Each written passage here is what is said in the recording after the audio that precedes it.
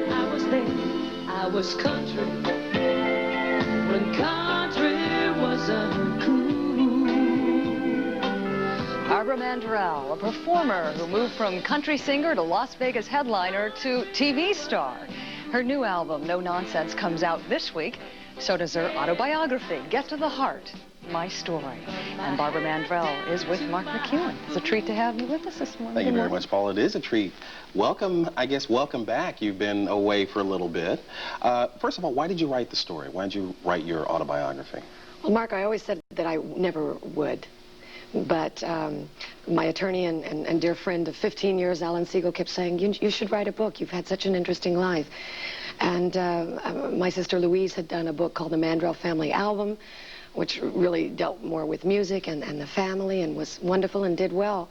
I thought that was sufficient. And then an unauthorized biography happened by a gentleman. And I said, no, if my story is going to be told, I will tell it, because it has been interesting, and I have been blessed. There's been a lot of mountaintops and certainly a lot of valleys, but it was most difficult to be very honest and personal, and yet now that I've done it, I go, oh, I'm glad I did it, and I'm really thrilled that it's with Bantam, because they are real aggressive and work hard like I like to do, and the timing's just been perfect, because here I am with you today, able to speak of this Get to the Heart book that I've done and my new CD, and so that's exciting for me. Well, it's even more exciting because, gee, it was 6 years ago yesterday. Yes. That you were at the top of the mountain, professionally and personally, and then you had an accident. Tell us what happened. My children and I were hit head-on in a car crash, and I must say that the public was certainly very aware of it, but other than like the broken femur and the injured knee and the broken ankles and the ribs and the toes and things like that, they really only knew there was a slight head injury, but there was a very serious one. And my rehabilitation and recovery, while I came back to work 18 months later, there were still some very serious healings that took place up here, even 2 times. Almost 3 years later. So I am very much myself again. I have much to be grateful for, but I am very honest and open about everything that went on, everything I did, be it bad or good.